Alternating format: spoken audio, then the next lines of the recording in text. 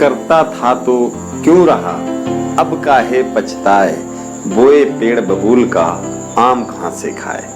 ये दोहा कबीरदास जी का है और ये सैकड़ों वर्ष पहले लिखा गया था, लेकिन आज भी यथार्थता से बिल्कुल जुड़ा हुआ है।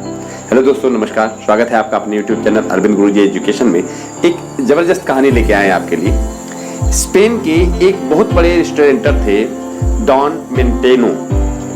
उस समय उनके सैकड़ों, आज से लगभग 50 साल पहले उनके सैकड़ों रेस्टोरेंट हुआ करते थे।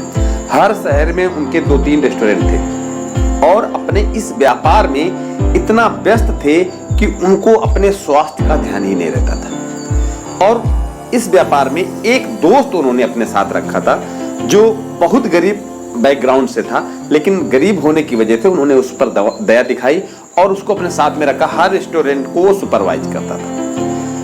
लेकिन अचानक एक दिन उनकी तबीयत काफी खराब हुई।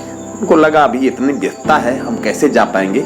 लेकिन 2-4 दिन बाद अब उनको हॉस्पिटलाइज होना ही पड़ा। डॉक्टर ने उनको बताया कि आपके पास समय बहुत कम है, आपको कैंसर हुआ है, आप मुश्किल से 2 महीने जीवित रह पाएंगे, तो जो भी आपको काम करने हैं जरूरी वाले वो आप निपटा लीजिए। तो डॉन मेंटेनो की कोई फैमिली और नहीं थी आगे, तो उन्होंने सोचा इतनी बड़ी जो प्रॉपर्टी हमने बनाई है अरबों रुपए की, इसका क्या करेंगे। तो उन्होंने सोचा ये एक सही आदमी के हाथ पहुंच जाए। तो जितने भी उनके वर्कर्स थे अलग अलग रेस्टोरेंट में, उन्होंने सोचा हम इनका ही परीक्षण कर लें, किसी को शायद इनमें से ही कोई ऐसा हो जो हमारी इस परंपरा को आगे बढ़ाए। क्योंकि वो बहुत दयालु स्वभाव के थे, तो उनको लग रहा था ऐसा कोई व्यक्ति मिल जाए जो अभी तक जैसे हम चलाते आ रहे हैं इसको आगे बढ़ाता चला जाए। उन्होंने तुरंत एक भिखारी का भेष बनाया, दाढ़ी वाड़ी लगा के, कपड़े उसी तरह फटे पुराने पहन के अपने पहले रेस्टोरेंट में गए और वहां कहा कि हम कई दिन से भूखे हैं, हमें एक वक्त का खाना दे दीजिए। वहां के लोगों ने तुरंत भगा दिया कि जाइए, यहाँ भिखारियों के लिए खाना थोड़ी है, यहाँ बड़े लोग आते हैं खाना खाने और यहाँ फ्री में किसी को कुछ नहीं देते। वो दूसरी जगह गए, तीसरी जगह गए। एक रेस्टोरेंट जो बहुत हिल स्टेशन में था, वहां बाहर से दूर दूर से लोग बहुत आते थे, वहां पर गए तो एक जो शेफ था वो थोड़ा सा दयालु स्वभाव का था। उसने कहा हम 2 दिन पहले का हमारा खाना वहां हमने फेंका हुआ है, वो पड़ा है, चाहो तो वो खा लो। वो वहां से भी आगे चले गए।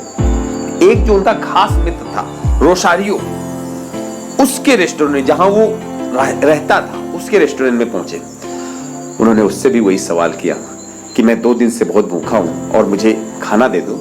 और आपके रेस्टोरेंट के ये रेस्टोरेंट के जितने भी रेस्टोरेंट हैं उनके जो मालिक हैं डॉन मेंटेनो, मैं उनके साथ कभी रहा करता था और अब मैं दिवालिया हो गया हूं, तो मेरी भीख मांगने की स्थिति बन गई है। तो रोसारियो ने कहा कि आप दिवालिया हो गए हो और हमारा मेंटेनो जो इन रेस्टोरेंट का मालिक है वो भी दिवालिया होने वाला है और वो बहुत जल्द मरने वाला है, और जैसे ही वो मर जाएगा तब मैं इन सारे रेस्टोरेंट का मालिक हो जाऊंगा और आप यहाँ से जाओ, मैं आपको ऐसे नहीं खिला सकता। क्योंकि वो दयालुता की वजह से सबको, बहुत लोगों को ऐसे फ्री में खिला देते हैं, इसी वजह से तो वो दिवालिया होने वाले हैं और इसी वजह से वो बीमार भी पड़े और उसने भी नहीं खिलाया।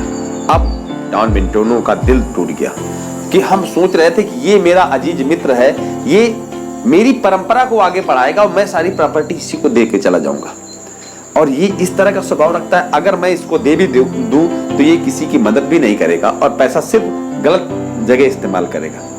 उसके बाद वो एक और अपने दूसरे रेस्टोरेंट में गए जो बहुत सुंदर जगह पे बना हुआ था। वहां भी उन्होंने यही बात दोहराई, लेकिन वहां की जो वॉचमैन ने उनसे बड़े प्यार से बात करी कि बिल्कुल आप भीख मांगने आए हैं, आप भूखे हैं, तो हम अंदर जाके बात करते हैं, क्योंकि मैं मालिक नहीं हूं, लेकिन मैं बात करता हूं मैनेजर साहब से। और वो अंदर गया, अपने मैनेजर से बात करी। मैनेजर अंदर से बाहर आया, उसने कहा ठीक है आप रुकिए, मैं आपके खाने की व्यवस्था करता हूं, उसके बाद मैं आपको अंदर ले चलूंगा। डॉन मेंटेनो को लगा कि जितना अभी पिछले कई रेस्टोरेंट में हुआ है, हो सकता है इसमें भी वही हो। तो बिल्कुल निराश होकर ये सोच रहे थे कि आखिर मैं इस प्रॉपर्टी का करूंगा क्या। तब तक अंदर से वो मैनेजर आया और उसने उनको हाथ पकड़ के अंदर पहुंचाया, अपनी सीट पे बिठाया एक टेबल पे, और दोनों लोगों ने साथ में बैठ के खाना शुरू किया। बात बात में उस मैनेजर ने कहा कि मैं एक बार रास्ते से कार से जा रहा था अपनी फैमिली के साथ में, और मेरी कार का एक्सीडेंट हो गया था जिसमें मेरी पत्नी बहुत बुरी तरह से घायल हो गई थी। उनका इलाज कराने में मैं बर्बाद हो गया और मैं अपनी पत्नी को बचा भी नहीं पाया। तो मैं भीख मांगने लगा था और इसी रेस्टोरेंट के सामने मैं भीख मांग रहा था। तब इस रेस्टोरेंट के मालिक डॉन मेंटेनो ने मुझे खाना खिलाया और यहीं पर शेफ की नौकरी दे दी थी और आज मैं इस रेस्टोरेंट का मैनेजर हूँ। तो मैं ये सिर्फ उनकी दयालुता की वजह से हूँ, जो इस रेस्टोरेंट के मालिक यानी डॉन मेंटेनो की तरह वजह से।